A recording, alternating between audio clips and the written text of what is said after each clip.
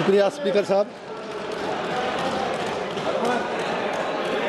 Sir आपका बहुत बहुत शुक्रिया।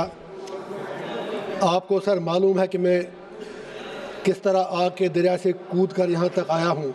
उम्मीद है कि आप मुझे 5-7 मिनट मेहरबानी करके दे देंगे। मेरी गुजारिश ये है, ये तो मालूम है कि बिल पास होनी ही है क्योंकि नंबर्स इनके पास हैं। नंबर गेम में नंबर उस साइड है। अल्लामा इकबाल ने इसीलिए कहा है, जमहूरियत है कैसा तर्ज तमाशा जहां सिरों को गिनते हैं तोला नहीं करते। मैं ये अर्ज करूंगा, मैं इस बिल की टूथ एंड नेल मुखालफत करता हूं, इसकी अपोजिशन में खड़ा हूं, लेकिन मुझे सिर्फ 4 बातें कहनी है, वो मुझे कहने दीजिए। 3 बातें मुझे देश की बड़ी 2 पार्टियों बीजेपी और कांग्रेस से कहनी है। मुझे किसी से कोई दुश्मनी नहीं, किसी से दोस्ती भी नहीं। मुझे दुश्मनों ने भी मारा, दोस्तों ने भी मारा, मैं यही कहूँगा। और चौथी बात मुझे हिंदुस्तान के मुसलमानों से कहनी है, अगर आप इजाज़त दें, देश के मुसलमानों से कहनी है।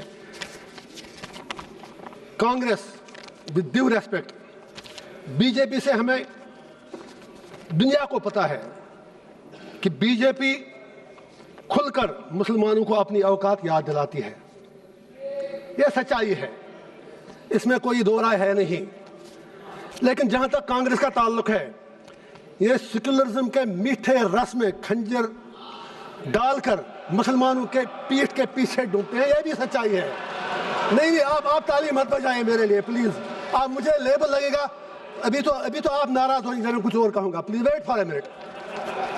तो मेरी सर ये गुजारिश है, 3 बातें मैं याद दिला दूंगा। अक्सर औकात बाबरी मस्जिद का जिक्र होता है, राम मंदिर का जिक्र होता है। मैं I am not on merits, I just want to remind Congress and BJP something, specially Congress, क्योंकि मुसलमानों का ज्यादा ठेका तो इन्होंने ही लिया है। बाबरी मस्जिद का ताला तो राजीव गांधी जी ने खोला, आप इनकार ही नहीं कर सकते। बाकी इमारत इस पे उन लोगों ने बनाई। इसी तरह यूएपीए, जिसमें सैकड़ों लोग मर रहे हैं जेलों में, वो पौधा तो कांग्रेस ने लगाया, उसमें मुसलमान ही मर रहे हैं ज्यादा। इन्होंने उसमें थोड़ा शाख तराशी करके खाद डाली उसके आगे। तीसरा, ऑनरेबल होम मिनिस्टर साहब ने बिल्कुल सही फरमाया, 370 सही कहा आपने, आपके पास नंबर्स हैं, यू कैन डू एनीथिंग। लेकिन यह भी आप याद रखिए, 370 को खोखला जो किया वो तो कांग्रेस ने ही किया। और जब इलेक्शन लड़ा अभी उमर साहब के साथ, इन्होंने 370 के नाम पर वोट मांगे।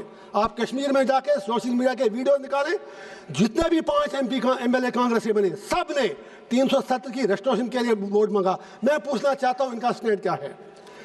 होम मिनिस्टर साहब ने सही कहा, कुछ नहीं हुआ, उमर साहब तो सरकार चला रहे हैं। जनाब, वो तो उनके हाथ में, आपने जैसे छोटे बच्चे को कहते हैं वो जब रोता है तो आप उसको जहाज का खिलौना देते हैं, वो जहाज मांगता है, आपने उसके हाथ में खिलौना दिया। वो तो खुद कहते हैं कि मैं तो म्युनिसिपैलिटी का सीएम हूं, उन्होंने खुद कहा। अब दूसरी बात है, उनमें इतनी हिम्मत भी नहीं कि वो आपसे ये कहे कि अगर 370 नहीं, 35 से नहीं, कम से कम स्टेट तो वापस दे दीजिए। उसके लिए भी हमें भीख मांगनी पड़ रही है। मैं आपसे गुजारिश करता हूं, अगर if you are really you believe in your principles, आप नॉर्थ ईस्ट के लोगों से बात करते हैं, आप हर जगह बात करते हैं, वी वेलकम दैट।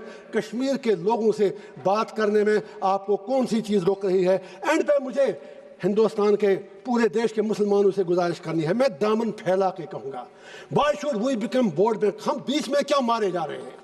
हिंदुस्तान के मुसलमान की अपनी आइडेंटिटी है, we are beyond vote bank, we belong to this soil. और ये पूरा जो हिंदुस्तान है, इसमें मुसलमानों का उतना ही अधिकार है जितना हमारे हिंदू भाइयों का है। Why Indian Muslims need to prove their identity, their loyalty and their बाकी चीजें उनको क्यों बार बार साबित करनी पड़ती है? मुसलमानों से मेरा एक ही आग्रह है, ये नंबर गेम है, बीच में मारे जा रहे आप हो, ये 80-20 का मामला है। आप अपनी स्ट्रेटजी चेंज करो, आप मेहरबानी करके अपना फोकस, जो यहाँ पर विद्वान बाकी लोग भी बैठे हैं, मुस्लिम कम्युनिटी से बाहर मेरी अपील है कि आप मेहरबानी करके इस नंबर गेम में मत पड़ो।